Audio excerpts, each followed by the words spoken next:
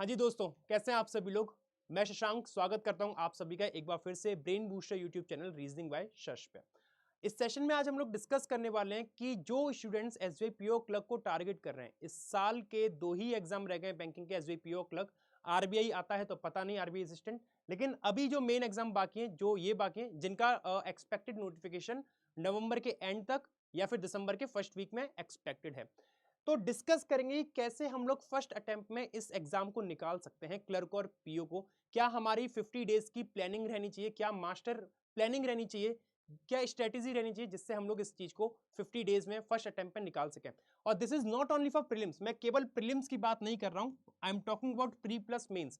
हम pre plus mains दोनों का ही साइमल्टेनियसली लेके चलेंगे for the next 50 days, so that पहले ही अटेम्प्ट में हम अपना बेस्ट दे सकें और पूरी कोशिश कर सकें कि निकल जाए। मैं ये नहीं कह रहा कि गारंटेड निकल ही जाएगा, लेकिन हम लोग उस तक जगह तक पहुंच जाएंगे और काफी लोगों को ये वीडियो बहुत हेल्पफुल रहेगी।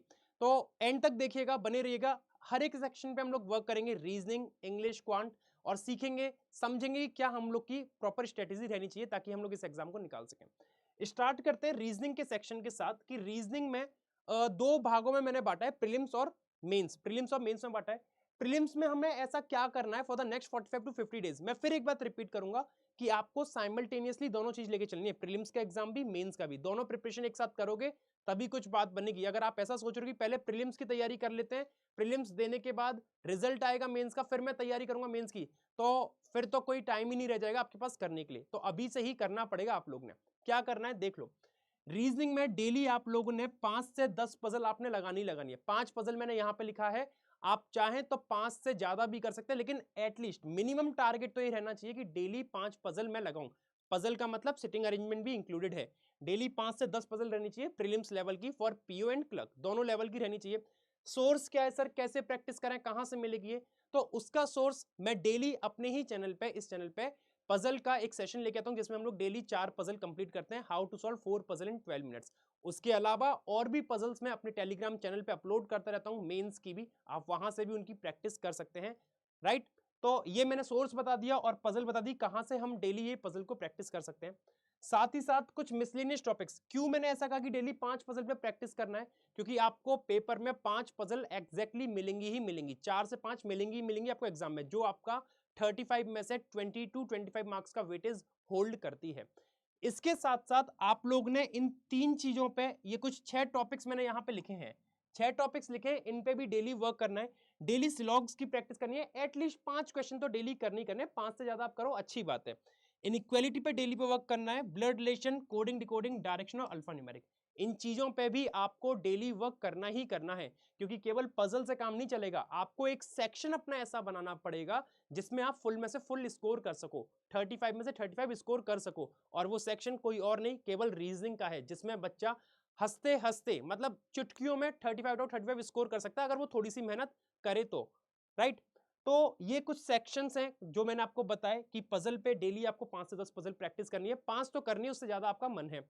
सिलॉग्स, inequality, blood relation, alpha numeric, direction and coding, ये 6-7 टॉपिक्स हैं जिन पे आपको डेली वर्क करना है, डेली प्रैक्टिस करनी है। नंबर ऑफ क्वेश्चंस भी मैंने लिखे हैं, उससे ज्यादा करना चाहते हो तो आप कर सकते हो।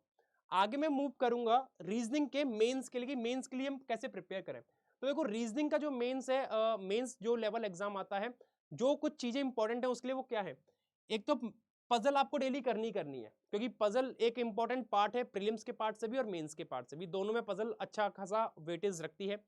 तो मेंस के लिए साइमल्टेनियसली सर कैसे प्रिपेयर करें? ऑलरेडी 5 पजल वहां बता दी, यहाँ पे भी 5 बताओगे क्या? ऐसे कैसे हो पाएगा? बहुत चीजें हैं पढ़ने के लिए, ज्यादा कुछ लोड नहीं दूंगा।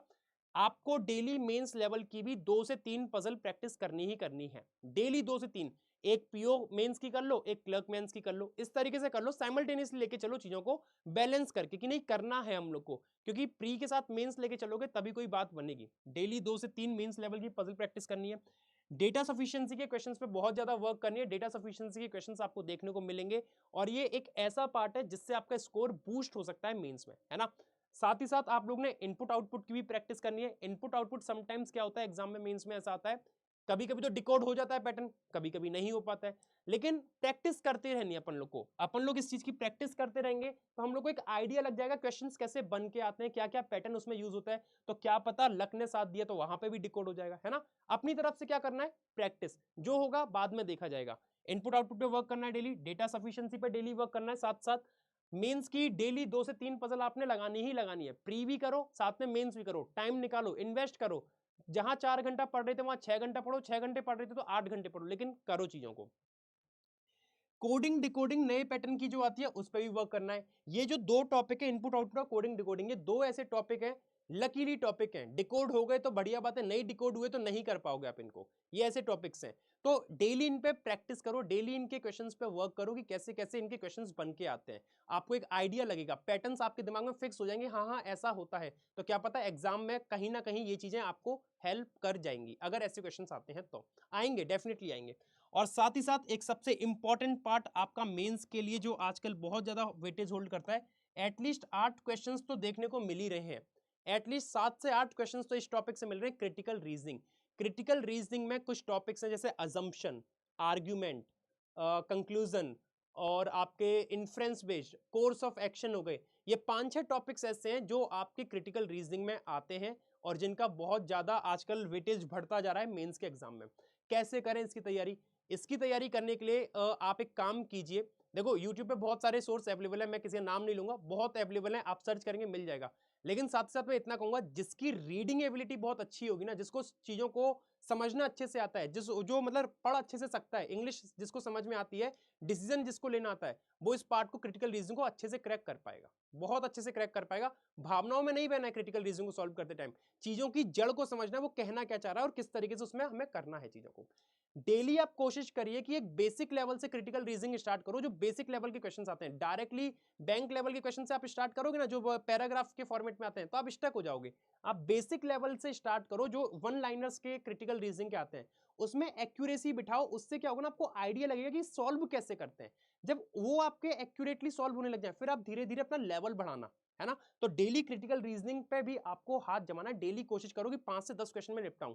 एक दिन कंक्लूजन के निपटा लिए, एक दिन मैंने आर्ग्यूमेंट कर लिया, एक दिन मैंने अजम्पशन के कर लिए, एक दिन कोर्स ऑफ एक्शन कर लिया। इस तरीके से लेते हुए चलो। और फिर मैं कहूंगा, चीजें छोटे से स्टार्ट करोगे ना तो आप बड़े तक पहुंच पाओगे। डायरेक्ट बड़े पे कदम रखना चाहोगे तो भाई 10 बार गिर जाओगे। छोटे छोटे कदम रखो, बड़े पे पहुंच जाओगे। हमारे पास 50 से 60 दिन का टाइम है अभी भी एग्जाम के लिए। तो जैसा बोलता जा रहा हूं, फॉलो करना। अच्छा लगे तो बाकी आपकी मर्जी है, आप जिस भी टीचर को फॉलो करते हैं उनकी बात मानिए और उनको फॉलो करिए, राइट। ये मेरा पर्सनल व्यू है, पर्सनल परसेप्शन है, जो मैं आपके सामने रख रहा हूं यहाँ पे। अच्छा, मैं आगे बात करना चाहूंगा आप लोगों से क्वांट के लिए। सर क्वांट के लिए क्या करें, क्वांट के लिए क्या करें जिससे हम लोग का प्री पहली बार में निकल जाए, मेंस भी हम लोग पहली बार में कोशिश कर लें निकालने की, निकल जाए। देखो, कम से कम आपको डेली डीआई तो 5 सेट लगाने ही लगाने हैं। डीआई बहुत टाइप की आती है, वार ग्राफ हो गई, कैसलेट हो गई, टेबल हो गई, पाई चार्ट हो गई, और भी अदर टाइप की डीआईज होती हैं। तो आपको डेली 5 सेट लगाने हर एक टाइप के। कभी पाई चार्ट का लगा लिया, कभी टेबल का लगा लिया, कभी बार ग्राफ, कभी लाइन ग्राफ, कभी कैसलेट, कभी वेन डायग्राम टाइप डीआई। हर एक टाइप की डीआई आपको लगानी है डेली। 5 से कम 5 सेट डेली तो डीआई के लगनी चाहिए। अगर इतना आप कर पा रहे हो ऑन अ डेली बेसिस, आप देखोगे आपकी स्पीड भी इंप्रूव होगी, आपकी एक्यूरेसी भी होगी, और चीजें धीरे धीरे ही अपने टाइम पे आती हैं। ऐसा नहीं है कि 5 दिन कर लिया और मैं तो पीओ क्लर्क बन गया, भाई मजा आ गया, ऐसा नहीं होगा। लोग वाल पागल नहीं हो 6-6 महीने 7-7 महीने प्रिपेयर करते हैं। आप भी कर चुके हो 6-7 महीने प्रिपेयर। अब ये हाई टाइम है, हमें अब 2 महीने डेडिकेट करने इन चीजों को प्रॉपरली, ताकि हम लोग पहले अटेम्प्ट पर निकाल सकें। साथ ही साथ डेली आपको 10 अर्थमेटिक 10 to 15 अर्थमेटिक क्वेश्चंस की प्रैक्टिस करनी है। आप चाहें तो मिक्स क्वेश्चन की कर सकते हैं। अगर आपके सारे चैप्टर्स ऑलरेडी क्लियर हैं तो आप इस चीज को फॉलो करना, अर्थमेटिक क्वेश्चन डेली 10 से 15 मिक्स में। जैसे मिक्स में मतलब कुछ आपने रेशियो के लगा लिए, एक दो परसेंटेज के, प्रॉफिट लॉस के, time work, time distance, 5-6 question ऐसे, 5-6 टॉपिक्स कैसे कर लिए। अगले दिन 5-6 टॉपिक्स के फिर कहीं से 2-2 3-3 क्वेश्चन इकट्ठे कर लो, वो लगा लो। या फिर आप चैप्टर वाइज लगा सकते हो। चैप्टर वाइज कर लो, जैसे आज टाइम एंड वर्क उठा लिया तो आज 10-15 क्वेश्चन टाइम एंड वर्क के लगाऊंगा, आज टाइम डिस्टेंस के 10-15 लगाऊंगा, आज पाइप सेशन के 10-15, आज रेशियो के 10-15, आज प्रॉफिट लॉस के। आप ऐसे भी चल सकते हो, लेकिन करते रहना इन चीजों को, ये इंपॉर्टेंट है। क्योंकि डीआई आपकी 15 से 20 15 नंबर की तो एटलीस्ट आपके प्रीलिम्स में आनी ही आनी है। 10 नंबर की अर्थमेटिक आनी ही आनी है ना। तो 25 नंबर का एटलीस्ट इन 2 चीजों से कवर हो जाएगा वेटेज। फिर बचती हैं आपकी ये स्कोर बूस्टर टॉपिक जैसे अप्रोक्सीमेशन, सिंप्लीफिकेशन, सीरीज और क्वाड्रेटिक। डेली इन सभी टॉपिक्स के 10-10, 15-15 क्वेश्चन आपको प्रैक्टिस करने हैं। अप्रोक्सीमेशन के 10-15 क्वेश्चन करने हैं डेली, डेली सिंप्लीफिकेशन के 10-15। जब कैलकुलेशन इंप्रूव होगी ना तो आप उसको अर्थमेटिक में यूज कर पाओगे और उसको को आप डीआई में भी यूज कर पाओगे। कैलकुलेशन ही आपकी डल है, कैलकुलेट ही नहीं कर पा रहे हो, फ्रैक्शन वैल्यूज ही नहीं पता है, परसेंटेज वैल्यूज ही नहीं पता है, टेबल्स, क्यूब, स्क्वायर नहीं पता है, तो हर चीज में स्टक करोगे। तो वो चीजें आपकी बेसिक क्लियर होनी चाहिए और उन चीजों को मैंने एक सेपरेटली वीडियो बनाई है जो आप इसमें देख सकते हो। वीडियो में मैंने इसकी डिस्क्रिप्शन में दे रखी है। उस वीडियो में बताया कि एकदम बेसिक से स्टार्टिंग से कैसे करना है। ये केवल और केवल 50 डेज स्ट्रेटेजी है और वो हर एक एग्जाम के लिए है, तो आप उसको भी देख सकते हो, एक रेफरेंस ले सकते हो। सीरीज पे वर्क करना है। सीरीज 2 टाइप की हो गई, मिसिंग सीरीज और रॉन्ग नंबर सीरीज। दोनों पे आपको वर्क करना है daily, on a daily basis, if you are targeting the SBI exam, right. और सेम फॉर द क्वाड्रेटिक। इन चीजों पे वर्क करना है फॉर द प्रीलिम्स। ये केवल प्रीलिम्स की बात थी जो हमें करना है। अच्छा, साथ ही साथ मैं आपसे बात करूं कि मेंस में सर क्या करें। मेंस के लिए क्या करना है, तो मेंस के लिए आपने साइमल्टेनियसली चलना है प्री के साथ साथ। 2 से 3 हाई लेवल डीआई, शायद हो सकता है मैंने ज्यादा लिख दिया हो, लेकिन एटलीस्ट 2 डीआई तो मेंस लेवल की डेली देखनी है। डीआई भाई मतलब आप आज से करना स्टार्ट करोगे ना, अगले 50 दिन तक, तो आप मान लो डेली 2 डीआई भी कर रहे हो, तो अगले 50 दिन 100 डीआई के सेट हो जाएंगे। 100 डीआई मेंस लेवल की, 100 डीआई एक अपने आप में बहुत बड़ा टास्क है, याद रखना। मतलब दिमाग के ना पुर्जे खुल जाएंगे, दिमाग अलग लेवल पे काम करने लग जाएगा आपका। यूट्यूब पे इतना फ्री कंटेंट अवेलेबल है, आप बस करने की कोशिश तो करो। करोगे आप, मेहनत आप करोगे, सफलता मिलती चली जाएगी। बस आप करो, एक बार जो बोला जा रहा है करो। लग रहा है कि 2 से 3 तो सर आपने कम लिख दिए, तो एक बार 2 से 3 करके दिखा देना डेली डीआई। डेली 2 से 3 डीआई करके ही दिखा देना, उसके बाद हम आगे की बात करेंगे, है ना। उसके बाद नंबर सिस्टम जैसे आजकल बहुत आ रहा है आपका बैंकिंग के मेंस एग्जाम में, इसके कंसेप्ट्स क्लियर करो, देखो इसका यूज कैसे होता है, कहां कहां पे होता है। साथ ही साथ हाई लेवल क्वाड्रेटिक, क्वाड्रेटिक के भी, क्वाड्रेटिक कोई हाई लेवल नहीं आती है, लेकिन क्वाड्रेटिक को थोड़ा ट्विस्ट करके दे देते हैं। जैसे alpha and beta are the roots and dash dash dash are the roots, one root of the equation is this, second root is this, how will be solve, इस तरीके से कुछ आता है। बच्चा परेशान होता है, यार ये रूट वाली चीज कहां से गई, अल्फा बीटा कहां से गया। अरे कुछ नहीं है, 8th 9th 10th क्लास में पढ़ाया गया था formula, sum of the roots क्या होता है, प्रोडक्ट ऑफ द रूट्स क्या होता है, c upon a minus b upon a, वो सारी चीजें आपकी sum of the roots, product of the roots, 8th 9th वाली चीजें आती हैं जो बेसिक से की जाएंगी। हाई लेवल क्वाड्रेटिक जो आती है ना बैंकिंग एग्जाम में मेंस में, वो कहीं ना कहीं बेसिक मांगती है कि आपके बेसिक कितने क्लियर है। तो इन चीजों पे वर्क करना, क्वाड्रेटिक पे करना है। डेटा सफिशिएंसी के जो क्वेश्चंस आते हैं उन पे भी वर्क करना है। ये मैं अपने एक्सपीरियंस से बता रहा हूं, क्योंकि मुझे ऐसा लगता है कि हर एक एग्जाम के मेंस का एक्सपीरियंस है, मेंस क्लियर करने का भी एक्सपीरियंस है। वो बात अलग है कि फाइनल सिलेक्शन नहीं हुआ, वो बात की बात है, देखी जाएगी, लेकिन एक्सपीरियंस बहुत है। प्री कितने क्लियर करें, कितने अच्छे अच्छे स्कोर करें, वो सब स्कोर कार्ड में अपलोड भी करूंगा, आप लोग को दिखाऊंगा कि कैसे मैंने 90 प्लस स्कोर किया है एग्जाम्स में, कैसे मैंने रीजनिंग में फुल में से फुल किया है, क्वांट में फुल में से फुल स्कोर किया है। वो सब बात की बात है, अगली वीडियोस में करेंगे। लेकिन अभी आप इस स्ट्रेटेजी को अगर फॉलो करते हैं, definitely it will help you. मर्जी है, कोई प्रेशर नहीं कि नहीं करना ही करना है ना।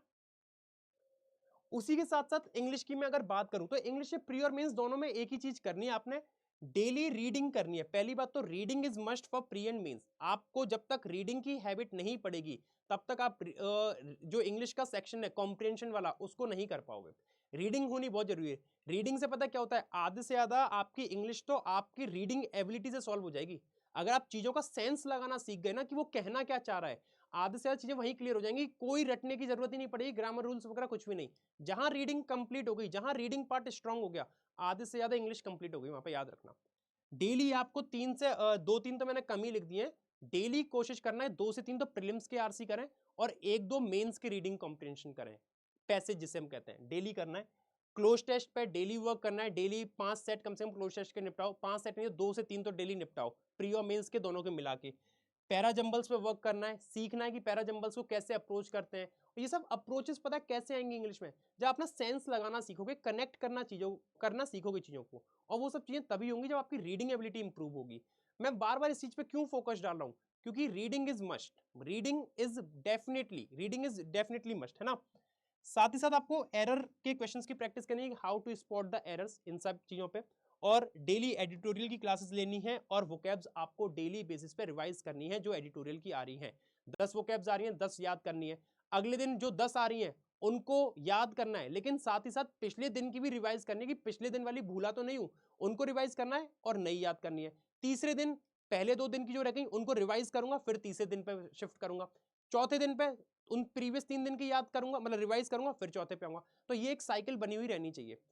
All these things require a lot of patience. याद रखिएगा, ऐसा आप हड़बड़ाइएगा कि मत कि नहीं यार हो ही जाएगा, टाइम लगेगा चीजों में। इतना याद रखना, नुकसान कुछ नहीं होगा लेकिन फायदा बहुत कुछ हो जाएगा।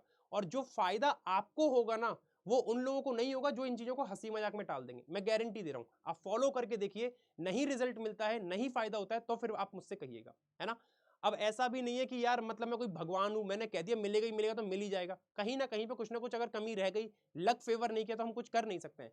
But definitely you will see the best results you can, right. साथ ही साथ मैं जीए की बात करूं तो जो मैंने जीए में फॉलो करा है, मैं आपको डेफिनेटली सच बताऊं, प्रीलिम्स एग्जाम के साथ अगर मैं जीए करता हुआ आया हूं, मैंने आज तक वैसे कभी प्रीलिम्स के साथ जीए नहीं प्रिपेयर करी है, क्योंकि GA is so unexpected, GA is so unexpected. Examiner कब कहां से मन कर जाए कोई पता नहीं है। 2022 का मुझे आज भी मेंस याद है, जब उसने करंट अफेयर्स में केवल 2 महीने की करंट अफेयर्स पूछी थी आईबीपीएस पीओ मेंस में। और अब तो ऐसा हाल कर दिया कि आरआरबी पीओ में जो रिसेंटली हुआ था मेंस, 7-8 महीने की करंट अफेयर्स दे दी। तो दिस इज सो अनएक्सपेक्टेड।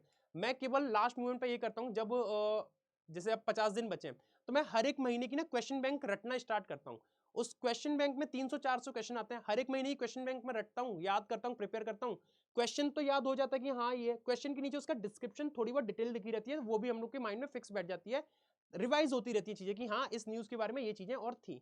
तो क्वेश्चन बैंक से क्या रहता है ना कि भाई 300-400 क्वेश्चन याद कर लिए, हर एक महीने के 4 महीने के भी कर लिए, बहुत क्वेश्चन हो गए।